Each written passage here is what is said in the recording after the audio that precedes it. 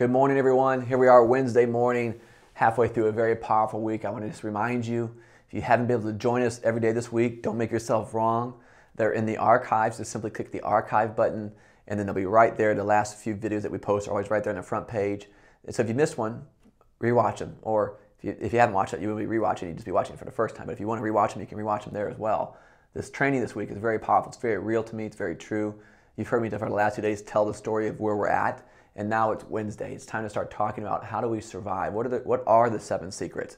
And today I cover 1 through 3. So I want to really suggest to you, if this is your first time listening to these trainings, get a pen and paper right next to you. You're going to want it. You're going to want to write these things down. The first 3 steps today are see, stand, and stay. That's all I'm going to tell you because I talk about the rest of them in the training. But we are starting to get to where the rubber meets the road. How do you survive your season of struggle? Because it is survivable. And we start with the 7 secrets. We first 3 of the 7 secrets today on how you can survive. So you may get some information today, tomorrow, and Friday that literally could change the rest of your life. So let's join me now teaching this session 3 of surviving your season of struggle. Don't give in, don't give up, and don't give out. And I'm going to give you 7 secrets now on how to survive your season of struggle. I'm using these very same things in my life right now, and I'm going to walk you through them one by one tonight. Because I believe when you hear them and you get them in your life and you implement them like I'm implementing them in my life, you will know that struggle, it's just a stretch. And you can actually enjoy the stretch. And when you begin to enjoy the stretch, you're going to say, you know what? Go ahead and stretch me a little further. Go ahead and pull me back a little further. Because I know the deeper the stretch, the further that I'm going to catapult forward when I get released. That's what I want you to see tonight. So let's talk about number 1. This is the first thing that I do in any struggle in my life. And by the way, this is not the first struggle. It won't be the last struggle. But it's one that I felt was big enough and I'm passionate enough about to share with you this evening in this keynote. Step number 1, the first thing I always do when I'm in a season of struggle in my life is I see through the struggle. So the first of these 7 secrets of success to see through the struggle is to see through the struggle. That's the first step. See through the struggle. You say, Keith, what do I mean? What I'm suggesting is the number one thing people do everywhere I go when they bump into struggle in their life is they stare at the struggle. Scratch off the list. Do not stare at the struggle. See through the struggle. See what happens when you stare at something. If I were only to stare at the struggle right now, what would happen to the struggle in my life? The same thing that happens in your life often. When you stare at something, it often becomes bigger. And then it grows and it becomes this insurmountable wall, this huge obstacle that you can't get past. Don't stare at the struggle, see through the struggle. The first thing I always do is I look through the struggle. I see myself on the other side of the struggle. Simply seeing through it will help you identify at a subconscious level that it is a season that will pass. So not only do I see through it, so that I know it is a season that will pass, just like clouds pass, just like the winter will pass and the spring will pass, the struggle will pass. So I see through it to the other side. Then not only that, I see myself on the other side of the struggle. So not only do I see through it, I see myself on the other side of the struggle. Now I'm going to get a bit high octane for you, but I believe you can take it because I want to be authentic with you. I want to share with you the very same things that I do in my life. So not only do I see through the struggle, I then see myself on the other side of the struggle. And then I really focus in and I see myself so far past the struggle that I'm looking back on the struggle and I'm being thankful for it because I can see the value of it in my life. Did you catch that? I'll say it again. I see through the struggle. Then I see myself on the other side of the struggle. And then I see myself so far beyond the struggle that I can actually look back on it and be thankful for the value that that struggle created in my life. And then I kind of like come to, if you will. I snap out of it. I'm like, wait a second. I'm not there. I'm here. But because I identified it, I can actually be thankful for the value of the struggle while I'm actually in the struggle. Did you catch all that? The first thing I do is I see through the struggle. Stop staring at the struggles of your life. Don't stare at them. See through them. When you can see through them, things in your life will begin to change.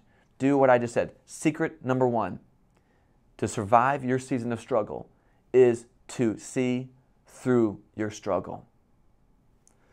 Secret number 2, stand. By the way, you've probably figured out, I have a lot of S's this evening. Surviving your season of struggle, 7 secrets to survive your season of struggle. All 7 secrets will begin with S as well. So if you're taking notes, I think it'll be very easy for you to see how these all fit together. But I do that so you can remember them. I do that so these won't just get into your head. I want these to get into your foundation this evening, because when you have these tools, you'll never worry about struggle again. You'll never fear struggle. You'll never run away from it. You'll enjoy it. Secret number 2, stand in your struggle. You say, Keith, what do you mean by stand? Well, let me explain it to you. When I'm in struggle, I stand in the struggle. I stand on the memory of the successes of the other struggles that I've already weathered. I stand on the other times that I have already survived struggles in my life. That may sound really simple, but often it's not, because sometimes when you get in the midst of a struggle, it becomes so overwhelming on you so quickly. Maybe it's in your family, your marriage, or maybe it's in your finances or in your health, and that struggle comes out of nowhere and it knocks you off your feet. It comes upon you so quickly. But I want to encourage you, don't let that struggle become a whirlwind in your life.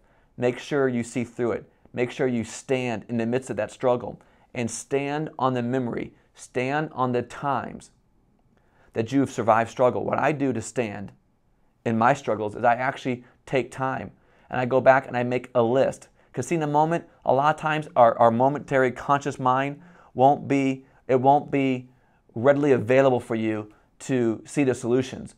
And so, because the struggle is so real. So what I do is I take a moment, I said, you know what, I just got to stop. I'm gonna make a list, because my mind won't naturally recall them very easily if I'm in the midst of a struggle. So what I do is I bring myself to a place of peace and I calm myself. I calm myself in the midst of the storm. And I say, you know what are other examples in my life? Where are some other examples of my life? I know there have been them. And what I do is I actually write them down. Hey, Keith, remember 4 years ago, you had a struggle. Somebody did something to you and you survived that struggle. Or 8 years ago, you had this in your life. Or you walked through this season in your life and you came out on the other side. And I make a list of previous struggles that I have weathered, that I have made it through. You may say, Keith, did they all look exactly how you wanted them to look? No, but you know what? I made it through. And hindsight's always 20/20, and I'm often thankful for those blessings in disguise in my life. So I make a list of other sample struggles, if you will. There's another S for you, of sample struggles that I made it through, that I weathered them through. And then I stand on those examples in my life. I stand on those examples while I'm in the current season of struggle. And what it does is it begins to build my confidence and says, you know what, if I stood through those, I can stand through this. So first I see through the struggle. And then I stand in my struggle on the memory of the struggles that I have weathered in the past. So I'm giving you these secrets. These are things that I do to survive my season of struggle. These are powerful secrets. I hope you're getting them tonight. Number 3, I stay. I stay. You say, Keith, stay what? I stay focused on where I want to go. This is key. So many people, when they begin to struggle, they look to the past. I've always said this, many of you have heard me say this before, when you bring your past into your present, you can poison your future. Man, when I'm in a season of struggle, if you think my focus is protected all the time in my life, you should see how protected it becomes when I'm in the season of struggle in my life. I stay focused. I put more pictures of where I want to go. I put more examples in front of me of where I'm going and why I'm going. I put more trigger devices. I protect my focus even more. You want to know why? Because focus is the fuel of desire. And desire is the fuel of discipline. If I don't stay focused, I will lose my desire. And when you lose your desire, you'll lose your discipline to stay active, even in the midst of your struggle. I protect my focus. You've got to protect your focus. Because when you do, it'll continue to build a desire. You know, I often talk about this quite often, about how fanatical I am about protecting my focus. I have protocol in my life. I've got trigger devices. I've got things everywhere I go to remind me, because I don't want my mind to wander. I don't want my mind to question. I don't want my mind to start bringing in my past about, you know what, Keith, well, here's some times you failed in the past. Here's why you're not going to make it. Here's why you aren't going to get there. Or who do you think you are? See, I've got to protect my focus. I'm not going to allow those things to come in my mind. You know, see, successful people bring their attention to things. Unsuccessful people let things get their attention. Did you catch that? Successful people bring their attention to things. Unsuccessful people let things get their attention. I choose where my attention goes. I choose to keep my focus. The number one reason why people fail in life and in business is because of broken focus. Don't let your struggle steal your focus. Stay focused on where you want to go. You've got a board of greatness. You've got a vision board. Take a snapshot of it. Take digital pictures of it and put it everywhere in your life. Put it in your car. Put it in your bathroom. Put it in your refrigerator. Put it in your office. Put it wherever you are. Put it in your garage. Put it wherever you go. Put it on your workout machine. Put it as many places. Put it in your purse. Put it in your wallet. Put it as many places as you can. Stay focused. I always tell people, it's not about how you got where you're at. You know, I could go back right now and I could say, you know what? Did I really feel like I should make that price change? Did I really do it at the right timing? Should I have waited longer? Should I have grown another 1,000 members at $49 a month before I took the plunge? Should I go out and start keynoting again at $10,000 to $25,000 a keynote? Should I start upselling in the community? See, I started trying to figure out, Keith, did you miss it? Did you make these mistakes? Don't go there. Stay focused. How you got where you're at, I really don't care how you got where you're at. What I care about is where you're going to go from where you are at. That's what I'm talking about right now tonight. I'm only concerned with where I'm going from this night forward. I keep my focus on my forward movement. Don't try to drive your car forward staring in the rearview mirror. Stay focused on where you want to go. That is secret number 3 to surviving your season of struggle. Powerful stuff today. See through, stand on past successes and surviving. And then, of course, stay focused. Powerful, powerful training today. I told you you're going to want to probably listen to these again and again. This is a roadmap. This is a roadmap to succeeding. This is a roadmap to surviving. So hopefully you're documenting these, taking notes, and really keeping them somewhere near you, because life is a collection of seasons, and there will be seasons of struggle. There'll be more struggles in the future. I don't mind them. We'll survive them if we use these 7 secrets. So let's jump into today's question. Powerful question again today. These questions seem, as I mentioned, very, very appropriate for this week's training. Here's today's question. Are some people more capable of greatness than others? Are some people more capable of greatness than others? I'm going to say no. Now, I am going to say this. There are some people that are more likely to experience greatness than others based on what they choose to believe. Does that make sense? So all things are possible for all people. Probable brings in statistics of what people will do and what they won't do. And based on human nature, I would say there's a probability that some people will not walk into their greatness. If there wasn't, Mentorfish would be useless. Mentorfish is the entire vision to help people understand that all things are possible.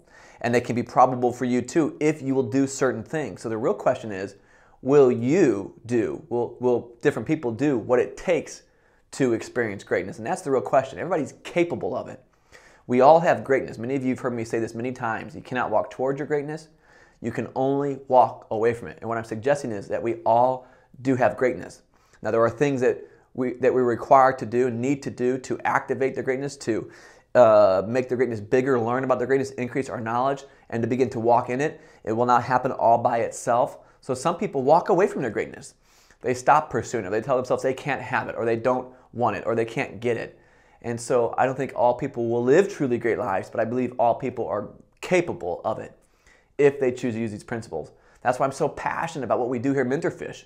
That's the cause of this company, to educate everyone, everywhere, excluding no one, with these principles, so people can learn what it is they can do to unlock their greatness, because each and every one of us have a greatness. And that includes you today. So I hope you're enjoying this series today, and this series all week. And tomorrow we have another very powerful, we'll continue teaching how to survive your season of struggle. We'll see you then. God bless you.